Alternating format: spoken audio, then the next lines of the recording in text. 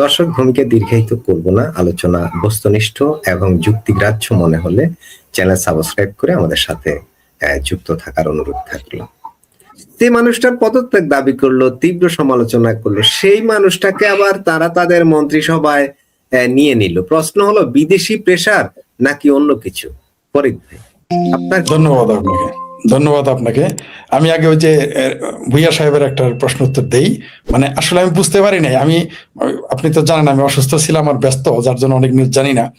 আপনি ওইটা বলেছেন যে প্রথমে সে বলেছে, পরে আবার সেটা ব্যাখ্যা দিয়েছে, মানে চরি পে চরি, পরিবহন মন্ত্রী শেষে সিনা জড়িয়ে দেখাইছে, তাহলে তার পদত্যাগ চাওয়া ছাড়া আর কোনো বিকল্প নাই। আমি ভেবেছিলাম তিনি প্রথমে বলেছেন, পরে আর ওইটা বলেন নাই, আমি বুঝতে পারি না, আমি দুঃখিত। আমি আপনার সাথে একমত, তাহলে তার আর কোনো সুযোগই নাই এই মন্ত্রণালয়ে থাকার।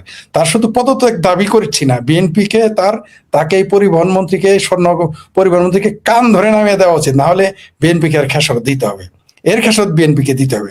ধন্যবাদ মনে করে দেওয়ার জন্য ভুইয়া সাহেব। আপনি যে প্রশ্নটা করলেন যে এই রজার রহমান নাকি খলিলুর রহমান, আমরা জানি না তার আসল নাম কি। আমি যতদূর জানি, এমনকি মানে আমাদের আঞ্চলিক ভাষায় বললেন নিষ্ঠ খবর, মানে সত্য খবর, তার কাছের লোকেরা আমাকে বলেছে তিনি আমেরিকাতে নিজেকে খলিলুর রহমান পরিচয় দেন না, তিনি সেখানে রজার রহমান হিসেবে পরিচিতি লাভ করেছিলেন। তার খলিলুর রহমান নাম দেখে অনেকে চমকে গেছে, এতদিন না জানতাম এই লোকটা রজার রহমান। যেমন ধরেন এই যে আমার নাম শেখ ফরিদ, হঠাৎ করে একদিন শুনলেন আমার নাম আসলে শেখ ফরিদ না, আমার নাম অন্য কিছু, বিষয়টা এরকম। তো এই রজার রহমান তিনি প্রথমে ছিলেন প্রতিরক্ষা মন্ত্রী, প্রতিরক্ষা উপদেষ্টা। আমি বুঝতে পারলাম না, তিনি যখন প্রতিরক্ষা উপদেষ্টা ছিলেন তখন কিন্তু আমরা দেখেছি তিনি প্রতিরক্ষা উপদেষ্টা হিসেবেও যথারীতি ব্যর্থ ছিলেন।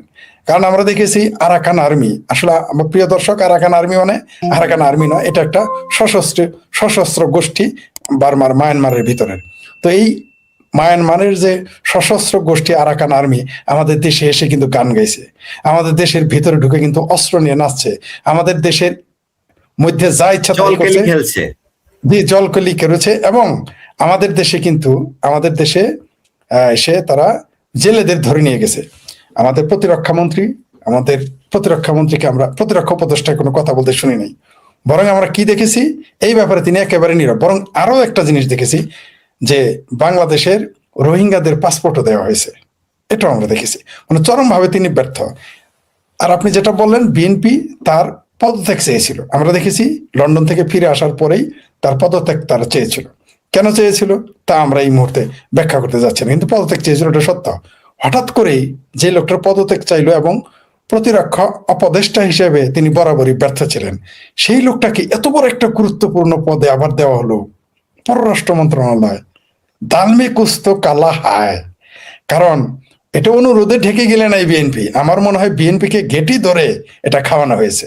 এখন সেটা কে খাওয়ালো, আমেরিকা না ভারত, না আমেরিকা, তা আমরা বলতে পারবো না। কারণ পর্দার অন্তরালে আসলে যে কি হয় তা বোঝা বড় মুশকিল। শুধু তাই না, আপনি দেখেন আমরা এও শুনেছি যে জামাতের আমির এবং আমার ওই যে ভাবির বড় পোলা যেটা আর কি নাহিদ, সে দুইজনই ফেল করেছিল। জামাতের আমির এবং নাহিদকে ডক্টর ইউনূসের অনুরোধের আসরে তাদেরকে পাশ করানো হয়েছে, এটা আমরা শুনেছি। এবং এটা সত্যতা থাকতেই পারে।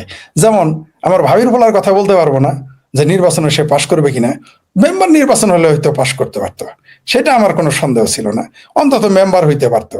যদিও তার সহকারী যে আমার আরেক ভাবির ছেলে, যাকে আমি আদর করে কালাপাড়া বলি, সে বলেছিল যে ইলেকশন করে দেখো মেম্বার হইতে পারবে না, সে নিজেও এখন এমপি কুমিল্লা থেকে হয়েছে। তো তারাই বলেছে তারা মেম্বার হইতে পারবে না, আমি তাদের মেম্বার হিসেবে পাশ করে নিলাম আর কি, মনে করলাম। কিন্তু এমপি হওয়ার যোগ্যতা তাদের ছিল না, ওই কথা বাদ। কিন্তু জামাতের আমির সাহেব 3 বার হ্যাট্রিক করেছেন, তাও কি ফেল টু হ্যাট্রিক। এই লোকটা পাশ করবে আপনি বিশ্বাস করেন, তা আবার ঢাকায়, এটা বিশ্বাসযোগ্য? আমার বিশ্বাস হয় না। যাই হোক, সেটা অন্য বিষয়। তো এরকম অনুরোধের অনেক কিছু গিলতে হয়েছে তারেক রহমানকে।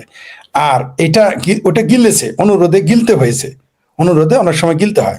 কিন্তু এই রজার রহমান ওরফে খলিল রহমান, এটা অনুরোধে গিলেন নাই তারেক রহমান। আমার ধারণা তাকে ঘাড়ে পাড়া দিয়া, মানে যেমন আঞ্চলিক ভাষায় বললাম, দুঃখিত আমি স্ট্রিট পিপলের ভাষাতে কথা বলি, ঘাড়ে পাড়া দিয়ে এটা মানতে বাধ্য করানো হয়েছে। এটা স্পষ্ট, নইলে এই খলিলুর রহমান, রজার রহমান, যার বিরুদ্ধে ভয়ঙ্কর অভিযোগ রয়েছে, তার বিরুদ্ধে রয়েছে পরকীয়ার অভিযোগ, এবং পরকীয়ার পরে বলা হয়েছে সেখানে একজন আরেকজনকে মেরে ফেলেছে, একজনকে তার স্ত্রীকে মেরে ফেলেছে এবং পরে সেই লোক আত্মহত্যা করছে। সেই ঘটনা এখনো সেই ঘটনার পূর্ণ তদন্ত হয়নি। সেই লোকটা শুধু তাই না, সে যদি নির্দোষ হইতো একটা কথা ছিল, সে পালিয়ে গিয়েছিল এই ঘটনা করে। হঠাৎ করে রাতে একদিন এই খলিলুর রহমান পালাই গেল। তখন তিনি সম্ভবত কোনো একটা দায়িত্বে ছিলেন, সরকারি কোনো পদে দায়িত্বে ছিলেন, সেখান থেকে তিনি পালাই গেলেন। কোনো উপদেষ্টার তিনি কোনো কিছু ছিলেন, সে পালিয়ে গেল। সেই পলাতক লোকটা বাংলাদেশে আচানক হয়ে গেল প্রতিরক্ষা উপদেষ্টা। ভাবা যায়? তো বোঝাই যায় যে কেউ কেউ অভিযোগ করে যে ডিপ স্টেট নামে কোনো কিছু এই কাজগুলো করতেছে। কারণ খলিলুর রহমান তো বিএনপিও করে না, জাতীয় পার্টিও করে না, জামাতও করে না। তার হঠাৎ করে এই লোকটাকে পররাষ্ট্রমন্ত্রী কেন দেওয়া হবে? কোনো সন্দেহ নাই বিএনপি বাধ্য হয়েছে। এই ব্যাপারে আমি ডক্টরেট না, কম শিক্ষিত একটা মানুষের কথাই বলবো এবার। কমরেড জসিমউদ্দিন মন্ডল, তিনি ব্রিটিশ বিরোধী, ব্রিটিশের বিরুদ্ধে যুদ্ধ করেছেন, সংগ্রাম করেছেন, মুক্তিযুদ্ধ করেছেন। কমরেড জসিমউদ্দিন মন্ডল বলতেন যে পৃথিবীর পরাশক্তিদের কথা ছাড়া, বিশ্বব্যাংকের কথা ছাড়া, IMF এর কথা ছাড়া তৃতীয় বিশ্বের কোন নেতা নেত্রীর বাবার ক্ষমতা নাই যে তারা ক্ষমতায় থাকে। তার প্রমাণ পাওয়া গেল এতদিনে, সেটা হলো রজার রহমান ওরফে খলিলুর রহমান, অথবা খলিলুর রহমান ওরফে রজার রহমান, তার নিয়োগের মাধ্যমে। কারণ বাংলাদেশে কি এতই নেতার অভাব পড়লো যে খলিলুর রহমানের মতো একটা সাসপেক্টেড, যাকে সন্দেহ করা হচ্ছে যে খুনের সাথে তিনি জড়িত, তাকে আপনাকে মন্ত্রণালয়ের মতো পদ দিতে হবে? অসম্ভব একটা ঘটনা। এটা বিএনপির জন্য চপেটাঘাত, বাংলাদেশের রাজনীতিবিদদের জন্য চপেটাঘাত। কিভাবে এই লোকটাকে মেনে নেয়? কেউ কেউ তো সন্দেহ করতেছে খলিলুর রহমানের বাংলাদেশে পাসপোর্টই নেই। তাহলে এই লোকটাকে আপনি তো অবশ্যই বাধ্য না হয়ে দেন নাই। কারণ যেখানে বীর মুক্তিযোদ্ধা ফজলুর রহমানের মতো মানুষ কোনো মন্ত্রিত্ব পেলেন না, এমনকি বিএনপির অনেক, বিশেষ করে যাকে দুষ্ট লোকেরা কেসিগেট বলে, তাকে খুঁজে পাওয়া গেল না। বিএনপির পরীক্ষিত অনেক নেতা, সিনিয়র নেতাকে আমরা মন্ত্রিত্বে দেখলাম না। হঠাৎ করেই যার বিরুদ্ধে ব্যভিচার এবং খুনের অভিযোগ বা হত্যায় প্ররোচনা দেওয়ার অভিযোগ, সেই ব্যক্তিটিকে আপনি পররাষ্ট্র মন্ত্রণালয়ের দায়িত্ব দিলেন। এটা কি মেনে নেওয়া যায়? যায় না। তাই আমরা এটা ধরে নিতে পারি বিএনপির এটা মেনে নেওয়ার কথা না। সুতরাং তারেক রহমান যেটা বাধ্য হয়ে করেছে, অর্থাৎ বিএনপি যেটা বাধ্য হয়ে করেছে, তা সুস্পষ্ট, কোনো সন্দেহ নেই। জি, ধন্যবাদ। প্রিয় দর্শক, আমাকে লিভ নিতে হবে কিছুক্ষণের মধ্যে। আমি আর হয়তো 2-3 মিনিট জি, ফরিদ ভাই একদম শেষ, তারপরে আপনি যাবেন। সেটা হচ্ছে আমাদের প্রধানমন্ত্রী তারেক রহমানকে ডোনাল্ড ট্রাম্প শুভেচ্ছা বার্তা পাঠিয়েছে।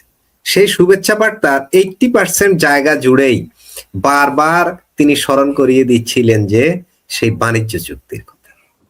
প্রশ্ন হলো, ইউনূসের গোপন চুক্তি বর্তমান সরকার বাস্তবায়ন না করলে কি ঘটতে পারে? তারা কি এটা করতে কি বাধ্য? এবং সেই কারণেই কি রজার রহমান বা খলিলুর রহমানকে পররাষ্ট্র মন্ত্রণালয়ে ধরে রাখা হয়েছে? আপনার কাছ থেকে খুব সংক্ষেপে শুনবো, তারপর আপনি চলে যাবেন।